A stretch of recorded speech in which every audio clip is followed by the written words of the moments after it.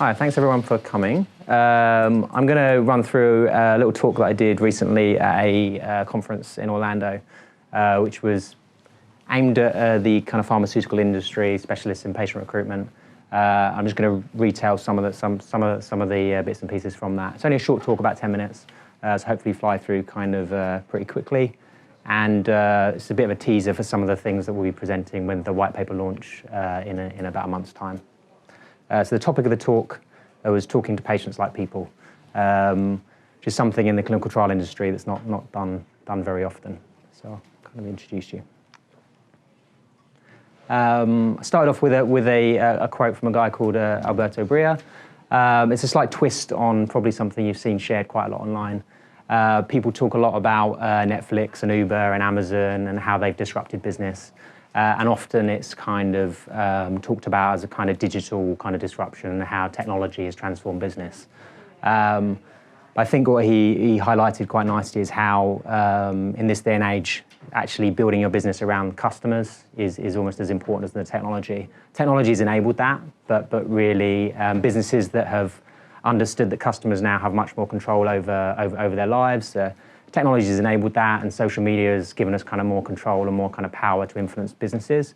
But really, the businesses that have succeeded and kind of survived today are the ones that have adapted and fitted around customers. The businesses that have struggled and fallen away are the ones that have kind of wanted to stick to their old model and kind of force their customers into their traditional business model without adapting to it. I think this is a challenge that pharma faces too. And particularly when you look at patient recruitment, it's really a big challenge where we're trying to sort of force patients into a kind of old model that's not really fit for purpose anymore. If we actually look at the kind of some of the core stats, something I shared a bit earlier in the year, trials are growing exponentially. So if we compare last year to the year 2000, there's about 13,000% growth in the amount of trials.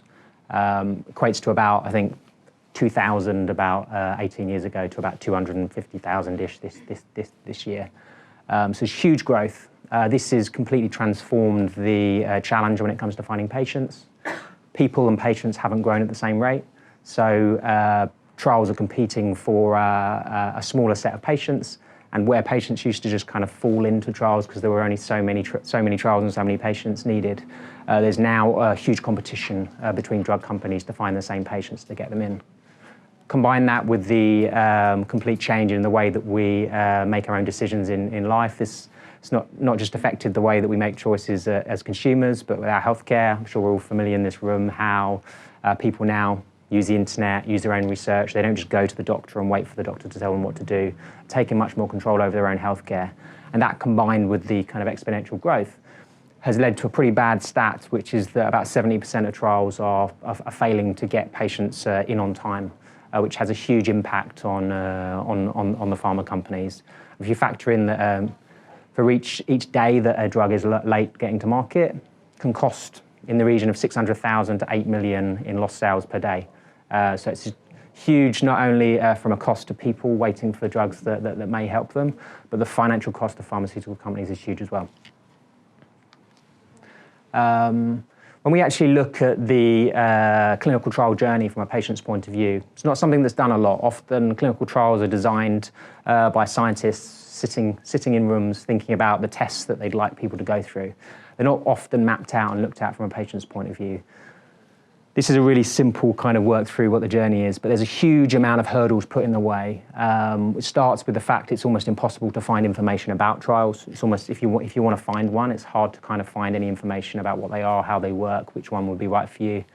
Then when it actually comes to getting onto a trial, most of the screening process to kind of get you onto one, it's mostly designed to filter out poor quality people and poor quality leads. It's not really about how do we find you the right thing that suits you. And then when it gets to consenting, this is when you're presented with a huge legal document of like 30 pages of information that no one explains to you and you don't understand. And it's the point at which it either scares you because you've got a whole list of side effects that you don't understand, or you just blindly sign it and then later on you kind of have these things that happen that you weren't expecting and then you drop off of the study. When it comes to retention, there's all manner of challenges with the cost of attending appointments, transport, all the different tests you have to go through, the reality that you might be on a placebo, and there's different challenges presented all along the way that when you start to map it out, there's so many things that we need to look at in improving if we want to kind of shift the needle on getting patients into studies and keeping them on. If we look at actually how patients find studies, so this is some research done across 4,000 patients recently, and won't be that surprising to most of us here, but most people find it through advertising. Second to that, it's through their doctor's office. So that would be it could be their specialist, it could be their local GP, but not a research site themselves. And then obviously friends and family play a role, and also online patient communities. But the last two, the research site and the online trial registries, this is pretty much where pharma spends all of its effort. It focuses on the two least important things and puts all of its effort into these two things, which is how do we support the research site, how do we give them a nice poster with our information on it, and how do we support the research site to ensure the patients aren't a burden on them. So one of the most used phrases in patient recruitment is site burden, and it's all about making sure we don't put too many poor quality patient leads onto a site so they're not overwhelmed with dealing with them. And the whole language and the whole approach is about, not really about the patient, it's about how do we manage the relationship with the research site. And then online trial registries are kind of just a mixture. There's a horrible website called clinicaltrials.gov, which kind of lists every single clinical trial. And then most pharma companies have their own directories, which are kind of like their own mini versions of clinicaltrials.gov, which just list their own trials. And it kind of makes an assumption that we all wake up with a problem and think, I'm desperate to get on a study from AstraZeneca or Lilly or from Roche or from Pfizer, and people don't have these associations with brands. They're not desperate to be associated with a certain pharma company. So the whole way it's approached isn't really fit for purpose in terms of how people look for things. There's a bigger kind of challenge that most people aren't even aware that clinical trials exist or that they're a genuine option. Probably the exception is oncology, where it tends to be easier to find patients, where there's less options and they're more regularly seen by specialists. But as a general view, most people aren't aware of clinical trials. And when they are, they think of them as the kind of early phase healthy volunteer stuff where you hear of students kind of getting paid a few £1,000s to go to kind of an appointment to take some risks, whereas really the area we work on is later down the line when we're in phase 3, when there's treatments that potentially could be the only hope someone has to kind of find something that works for them. This kind of change in shifting from having to talk to research sites to talking to patients has changed the way we think about competition now. So traditionally we would look at, we would just think about our clinical study, and then we would look at the clinical studies that we were competing with. So if you look at the bottom, there's Generation Program. This is a study that Lynx worked on with Novartis. And then there's some other competing Alzheimer's studies that we would have looked at. But the real challenge we've got when we talk to patients is patients aren't actively considering clinical trials, and they're also free to look at whatever they want. They don't need to follow guidelines. They don't need to follow any kind of particular kind of path for what they look at. They can speak to friends, family, and they can explore whatever they want. So part of the challenge is how do you compete against other drugs, alternative therapies, diets, books, whatever we read on Facebook. Kind of there's all these different scenarios that we need to kind of stand out amongst. And then bigger than that, it's people aren't looking for clinical trials at all. So they're kind of going about their daily lives. They're going to sports games and they're going on Amazon and they're going amongst things. And we need to stand out in the real world, which isn't necessarily a challenge that we're equipped for in a market that's used to kind of communicating directly with healthcare professionals who it's their job to look at this kind of stuff. And then we actually look at the way we communicate with patients. This is, unfortunately, quite a representative sample of what advertising looks like in this space. Now, there are some examples where it's slightly better, but it represents the approach, really, that is taken in the industry, which is to focus on finding patients that fit the criteria the company is looking for. So it's pretty much describing the things that we need the patient to be. So we need them to be the right age. We need them to have the right condition. We need them to be in the right location. Very little of it thinks about what is the benefit to the patient? What is the reason they would want to participate in a trial? This is, for many people, it seems like a kind of a wild choice to go for an unapproved medication where they may not even get the medication. All the potential risks and challenges that come with that. And the communications that's there as your kind of first kind of introduction to it is, these things exist. Are you the right criteria to fit us? And it's all kind of positioned from the point of view that we just want to filter out the people that are the wrong criteria for us, rather than talking about what's the benefit for a patient to come on to a clinical study. What's the reason they would want to consider it over one of the other options they've got? And it's a real kind of shift for us in the way we kind of need to talk to patients. We like to use this example, which is if a consumer brand was to take the same approach and build their brand in the way that we talk about clinical trials, would they kind of be as effective, and would they have kind of built the brands that they did today, and would they resonate with us as consumers in the way that they do? It seems kind of funny when you put it in this kind of context, but it's pretty much exactly what you see in every clinical trial ad. It's saying, are you the right demo? It's almost like the brief before we make the ad. It's like, well, we need people who are 18 to 45 that are human, that have feet, and maybe our shoes will fit you. I mean, that's literally the language that every single clinical trial has. It's probably not the kind of empowered brand that Nike have tried to build that we kind of think of today. And the trouble is, we're selling probably the most complex, most emotional product in the world today. We're not selling candy bars or mobile phones or trainers. These aren't flippant purchase decisions. These are really, really emotional, really, really complex, really, really kind of big decisions that we're making. And we're providing almost no information. We're providing no kind of emotional support at this kind of early stage. And it's not surprising when you kind of see it why people aren't kind of flocking to get involved in these kind of pieces. This is something that we talk about a lot with clients, that there's, for an industry that is effectively about A/B testing drugs and lots of science and lots of this kind of rigor in the scientific side of things, there's pretty much no rigor when it comes to the actual communications and how they actually find patients. Consumer advertising, they've treated it as if it's almost a real job, and if there's a real discipline, and there's many years of work going back to kind of work what works and to treat it like a science. And I think this is completely missing from patient recruitment.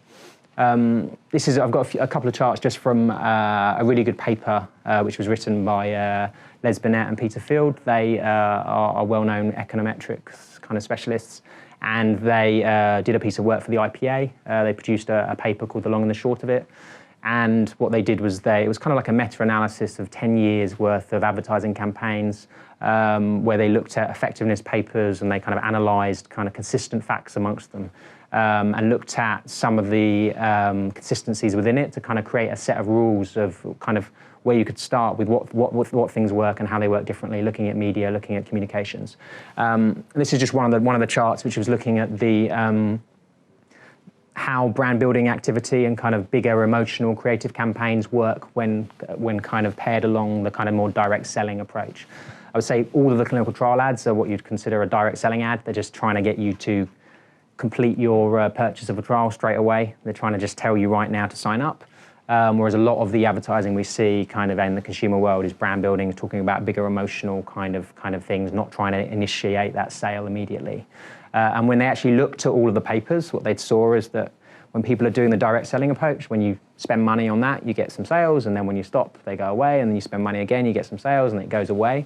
Whereas with the bigger creative brand building activity, the effect was kind of cumulative. So it started off slightly smaller, but over time, that effect built and built and built, and you got a bigger payoff long term. So there's kind of, and this was consistency across all of the different campaigns and all the different verticals for a 10-year period.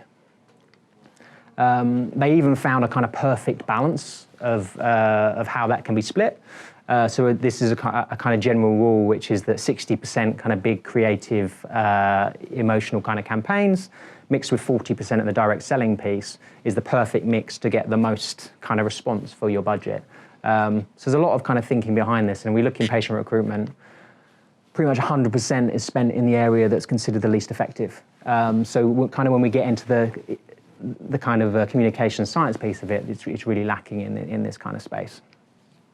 And that's just a little kind of talk about some of the initial problems about awareness. Unfortunately, when you get into the rest of the journey, it doesn't get any better. In fact, it gets a whole lot worse. I'm not going to cover that off today. This is just one example. One of the things that we've been doing whenever we get to look at a sponsor for their clinical studies, one of the first things we do is we try and see what it's like as a patient to try and get onto that study. So this is for a top 10 pharma company. We looked at two of their main most valuable studies, and we thought, let's see what it's like to try and get some more information about this study.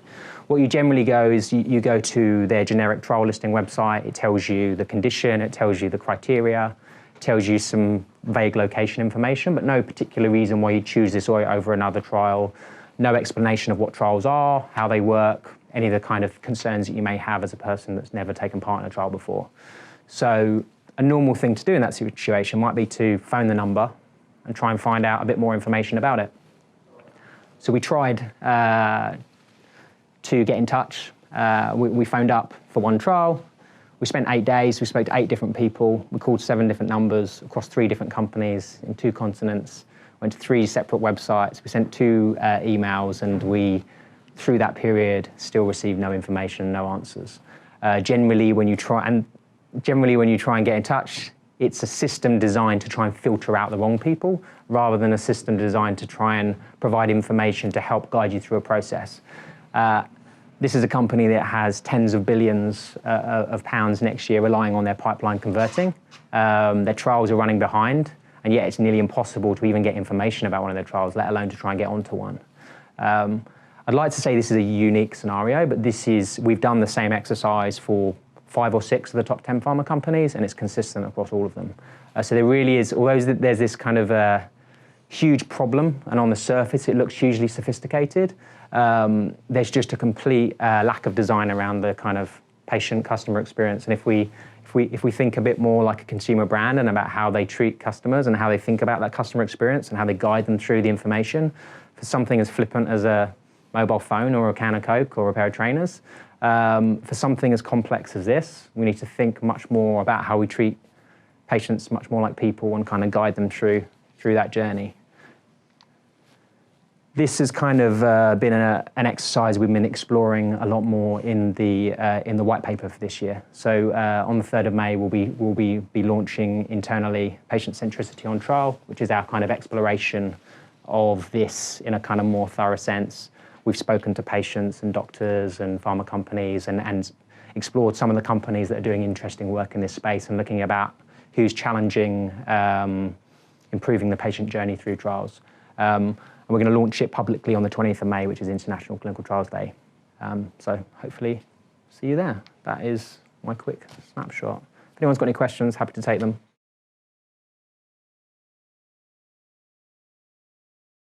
I think the challenge is to sell the. I'd say it's a different conversation to what you would have in healthcare advertising, where generally your conversion is so disconnected because you've got doctors and you've got all these different points in place. It's really, really hard for you to show the effectiveness in a way that you can kind of guarantee. Part of this industry is about being out. The first thing is to put in some rigor of measurement and being able to prove that what you do works. We have the luxury within this where we actually deliver the entire kind of communications end to end. So we'll actually not only come up with the creative messaging, but we'll place the media. And this is something we'll place globally. So we might do it across 30 countries. We've also, we'll have our own CRM system, which tracks the patient leads all the way through. And that's through like the 14 different hoops they need to get through to get onto a study. And that actually tracks the patient all the way into the medical site. And as the medical site is dealing with the patient, we see still where that patient's going. So we're able to, through that process, link our original communication with the actual patients converted and work out the exact cost per patient and the time, etc. So the challenge is kind of first to get that stuff in place. And then the actual creative messaging and kind of improving piece is something that you can prove and demonstrate. So I think you can prove it with case studies of what works, but really putting the kind of effectiveness measures in place is the first step. And then improving the creativity is something that you can, it's easy to do testing of one route versus another when you have a method of measuring it. I think that's the kind of the main route there. So we don't sort of lean too hard on the kind of creativity side of thing because if you've got the right measurement in place, it's doable. Yeah, so I think so with the brand building, it's about talking about what you're trying to achieve. So you won't be within the brand talking about we're going to cure your problem, because we're not allowed to say that. And a placebo means that we're not even going to, in some cases, we're not even going to try and cure what you have. Often the thing we'll be talking about is a lot of people participate in trials because they want to be part of a community furthering a cause. So it might be that there's no cure for Alzheimer's, but a group of people want to come together and contribute something. They might see this as their, for them it might be the meaning of life to contribute something and leave it behind to a different kind of group of people. So I think it's finding the things that resonate with the group of people and communicating that. It doesn't necessarily have to be us saying we're going to cure your condition, but it's understanding what are the motivators and talking in that kind of language. And I think on the side, when you get side effects and there may be issues that make you drop off, obviously there's some things that can't be resolved, but the initial communications through the consent process are really critical.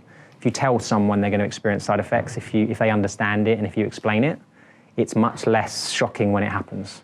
And I think part of that kind of communication through the process, if you've had something explained to you, you have the option then to walk away at that point, rather than be surprised about it when it comes along. So I think part of it is that communication throughout. Obviously, there's things you can't fix, but it's how you kind of manage that communication through the process.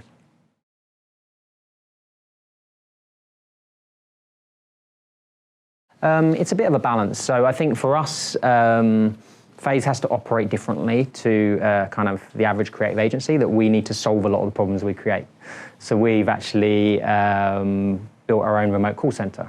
So the leads that we generate will then actually be spoken to by a person that works for us, that will actually take some of that burden, will actually help the patient understand some of the information, make sure the patient gets a phone call back within a day or two rather than within 4 weeks or 6 weeks, whatever the average ends up being. So we'll do a little bit of that work. So the site will still end up getting a patient that has a similar volume of patients. They'll probably be getting a better quality kind of experience because they'll have a patient that understands what they're there for, less likely to drop out because they've had things explained to them. I would see that in the next year or two, clients will start to bring in-house the tracking methodologies and software. That should be something that they have themselves. Call centers and dealing with that should be something they have. Like a lot of clients do have call centers, but they're just designed to talk to doctors or to talk to people about adverse events, and they don't have a section to deal with clinical trials. So part of it is just, I think, showing them how it should be done and then helping them to build that infrastructure in-house, because it shouldn't be something that agencies are doing.